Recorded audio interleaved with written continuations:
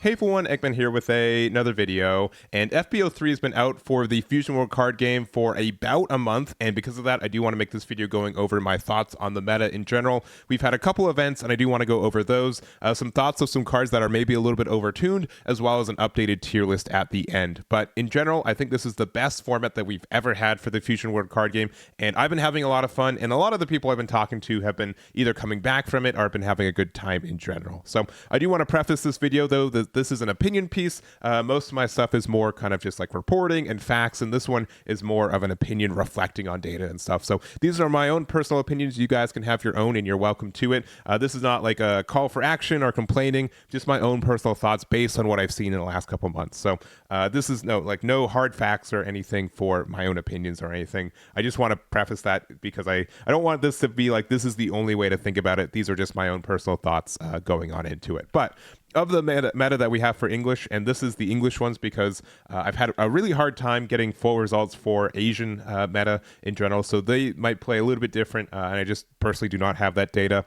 Also, Dallas Card Fest happened this past weekend too, and I was there for that event, but I don't have the full breakdowns of those right now as of recording. They will be updated on my website, Eggman Events, as soon as I get them, but they're just not part of this video right now. So you can check out all the other events though right now on my website, and in a couple days, if this video is a couple days old, I'll likely have the Card Fest top 16s on there as well. But of those, without Card Fest, we did have 5 regionals, 3 with the top 8 and 2 with the top 16, and we do have the winners for it. And I do also know the Dallas Card Fest winners of 1 blue and 1 yellow Vegeta on Sunday and Saturday respectively.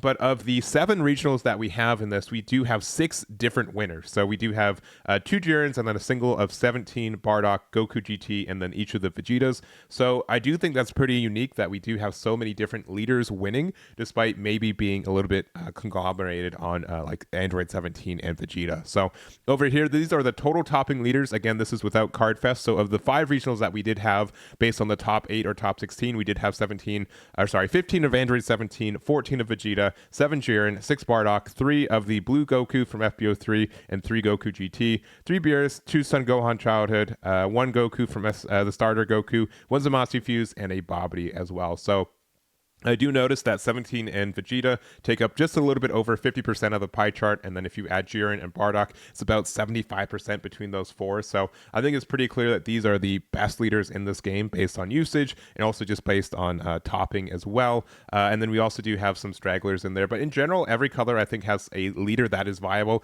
Outside of yellow, I think yellow's the worst color in this game. I think that blue just kind of walls it out, and also Jiren just beats that. If you're able to put a 4-drop Jiren out, they really can't do anything, which is kind of unfortunate. But outside of that, I do think that the deck is still good. It's just the worst color that we have right now. So it is cool to see that even if the color is weak, it does have some viability for it. But whatever color you like playing in this game, you do have a leader that can, do well with it, which I think is really cool. But I do think that also that 17, 18, and Vegeta are a little bit overtuned in general, and it's also a little bit telling because of all the green leaders, only really 17 and 18 sees plays right now, and kind of the same thing with Vegeta. Vegeta's only the blue deck that's really only seeing play. We do see some stragglers with it, but most people are off FB03 Son Goku, just deciding that, you know what, Vegeta's in a better spot generically, and we just use that instead of having to figure out how the leader works. But because of that too, I do kind of want to just go over some of the thoughts of the strongest cards in the game right now. These are not like hard asking for bans. I don't want you to think that I'm asking for these cards to be banned right now, but I do think that it is like in a discussion point where these are the cards that are carrying those 2 decks, right? These 3 cards are like auto includes in their respective decks for 17, 18, and Vegeta, and I think they're part of the reason they're finding so much success right now. So Aandroidd 17, 18, I think you guys already have your thoughts on this, but it ramps and applies pressure. It's also really searchable in the deck because the Aandroidd 20, like the Aandroidd Dr. Dro finds it. It costs 1 energy because you spend 4 and then you get 3 back. So that's pretty good. Being able to chain them together, and just means that you can kind of accelerate your ramp, but also you get to accelerate your ramp but not worry about going behind on board, right? Before this, we'd have to play Destructive Strength, which would ramp you a card for 3, but it would mean that you don't get to play something on board, right? And just the fact that these cards come back in active, I think is a bit of a mistake as well. And so I don't know, like I do recognize that this card is really good, but I also recognize that if this card didn't exist, I don't think 17 and 18 would exist as a leader as is. So I don't know if banning or limiting the card would invalidate the deck, but I do think that there's something with the green deck right now with 17 and 18. It's either the fact that it ramps up so good, or on the other side, the card that it drops into is such a good card. Like, this card is the best finisher in the game in my mind. It's honestly been like a mild to medium problem since the beginning of the game, since this came out in Starter Deck 3. And it's just the fact that this is so unrestricted. I think this was printed as a card where 8 sounds like a lot of energy in this game, especially since most other decks kind of flat out at 5 or 6. But since we can incorporate it with ramp, this card is just so good in this game. You can play them back to back. It's hard to remove them. If your opponent can remove this card, it usually means that they spent their entire turn removing it, and then you can just play another one on the other turn. And I don't know. I personally, if I was to change anything, I think this is the card that I'd want some adjustment to, just because it's been so generically good for green since release that I don't know how much longer you can keep this in the game in its current state. So maybe you can do something where you limit this card. Are you restricted to a Saiyan leader? If you're restricted to a Saiyan leader, that just means that like Aandroidd 17 18 can't play it. They have other cards like Cell or like Aandroidd 17 18. There's 6 costs for it, but it doesn't mean like Cell's good, but not as good, I think, generically as Broly. And it's really tricky to play Cell back to back as you would Broly as well. So it just means like also like Broly leader and like Sun Gohan Childhood could use this card still, which they're like a little bit less rampy or not as consistently aggressive as 17 18. So like there'd be a little bit of a trade-off for it. But I do not like this card in this game anymore. I've seen it pop so many times, and either if it's like restricted to 1 copy or limited to like 2 copies too, like two would even be fine. But like the fact that like so many games just end because you played one and then you play a second one, right? Like there's so much pressure from this one card. It's really obnoxious in a lot of ways. So of the two, I would probably want 8-drop Broly to be hit of the two of them, but I do recognize that 17-18 is in a really good spot and really accelerates the early game for 17-18, like Aandroidd 17 as a leader. But this I think is the larger problem in a vacuum for the game in green as a color right now. So that's the card I would choose between the two of them if I had to. And then also Peel Off, you guys probably also have your opinions on this one too. It's the highest value card in the game. The fact that it can loop itself, I think, has been observed as a potential issue since set 1. And the issue with this card, right? Like it's not like actively doing something, right? You can get like a bunch of 10Ks into your hand, but if you're not putting pressure with your leader or something, you're not really doing anything, right? And I think it's kind of tipped the scale a little bit right now because Vegeta's been in a really good spot with the meta where it's at as well. I think being able to play 5-drop Vegito and bounce something back and just apply a lot of pressure, this kind of is your end game condition too. So it also works really well with the 2-drop Videl that we got from set 3. Videl can grab this, Peel Off can play itself to get another Peel Off, and in general, I think this is a chain or a loop that has gone a little bit too much value in this point of the game, right? I think I've been talking to some people too. They think like, oh, this is probably one of the best cards in blue, but if this card leaves the game, is blue still viable? And I think that's a really good question. And I'm still kind of like back and forth on my how I feel about it.